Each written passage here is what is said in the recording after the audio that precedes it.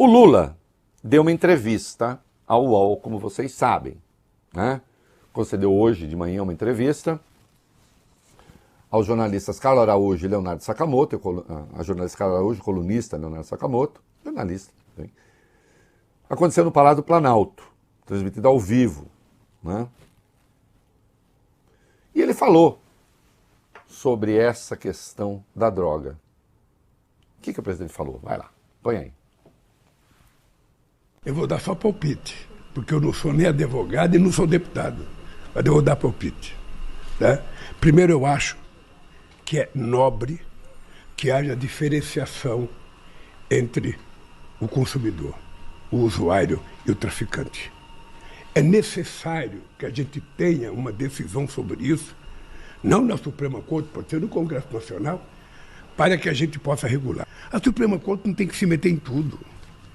Ela precisa pegar as coisas mais sérias, sobretudo aquilo que diz respeito à Constituição, e ela, sabe, virar senhora, sabe, da situação. Mas não pode pegar qualquer coisa e ficar discutindo, porque aí começa a criar uma rivalidade que não é boa nem para a democracia, nem para a Suprema Corte, nem para o Congresso Nacional. A rivalidade entre quem é que manda, é o Congresso ou a Suprema Corte? Não deixa de ter um certo tom crítico essa observação do Lula sobre o Supremo, dizendo está correto isso que o Supremo está fazendo. Agora, de fato, o Supremo não pode cuidar de tudo, porque cria essas animosidades, né? E aí o Lula falou de uma outra questão que é de outra natureza, que é o uso do canabidiol, que é um derivado da maconha, que é remédio. O presidente falou disso, vai lá. Eu acho que deveria ser da ciência, não é nem do advogado. Cadê a comunidade psiquiatra nesse país que não se manifesta e não é ouvida? Eu disse para o Barroso, eu fui uma vez jantar com o Barroso, falei, Barroso, por que você não convoca uma reunião de psiquiatras, de médicos, para discutir esse assunto? Não é uma coisa de Código Penal, gente, é uma coisa de saúde pública. Vamos ver o que acontece. O mundo inteiro está utilizando o derivado da maconha para fazer remédio. Tem gente que toma para dormir, tem gente que toma para combater o Parkinson, tem gente que toma para combater o Alzheimer, ou seja, tem gente que toma para tudo. Eu tenho uma neta que tem convulsão, ela toma, sabe?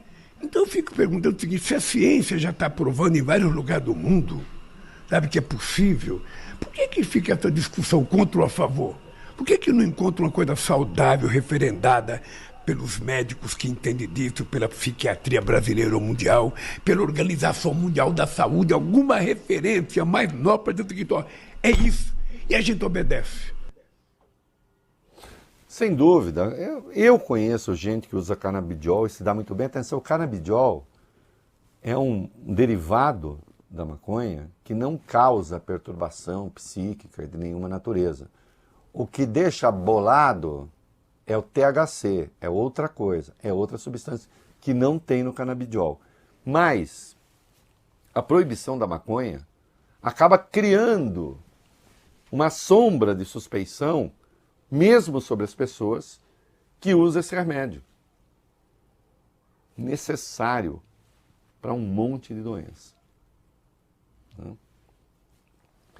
E o ministro Ricardo Lewandowski da Justiça falou sobre um outro aspecto importante dessa votação do Supremo. Qual foi? Vai lá. O ministro da Justiça afirmou hoje que a decisão do STF sobre a maconha irá contribuir para reduzir a superlotação do sistema prisional. A declaração foi dada depois de ele participar de um seminário de Semana Nacional de Políticas sobre Drogas no Palácio da Justiça. Vamos acompanhar o que ele disse.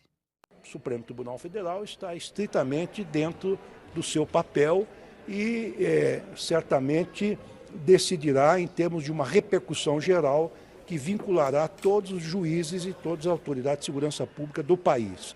Eu penso que essa distinção que o Supremo Tribunal Federal está fazendo entre o usuário e o traficante poderá contribuir para que aqueles que são meros usuários não sejam presos e tenham um tratamento distinto, diferenciado. Isto, com certeza, servirá para aliviar a superlotação das prisões brasileiras. Queridos, são milhares de pessoas nessas circunstâncias. Nós temos mais de 700 mil presos no Brasil. mais de 50% não tem o trânsito em julgado. A prisão é provisória. Muitos coitados sem nem advogados constituídos.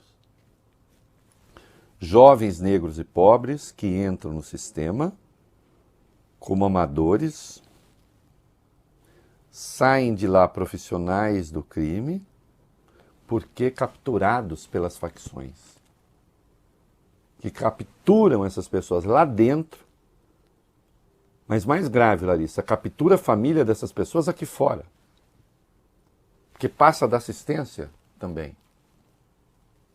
É muito sério isso. E a gente precisa estar atento a essa questão. É fundamental. Todos esses que ficam gritando, babando, tem que ferrar, colaboram com o crime organizado. Não contra. Colaboram. O que o crime organizado quer, o que as facções querem, é mão de obra barata. E é isso que a legislação brasileira está oferecendo a eles. Eu lamento que o Pacheco não tenha atentado para isso. Agora, de qualquer modo, havendo a distinção entre consumo e tráfico, se dá um passo importante.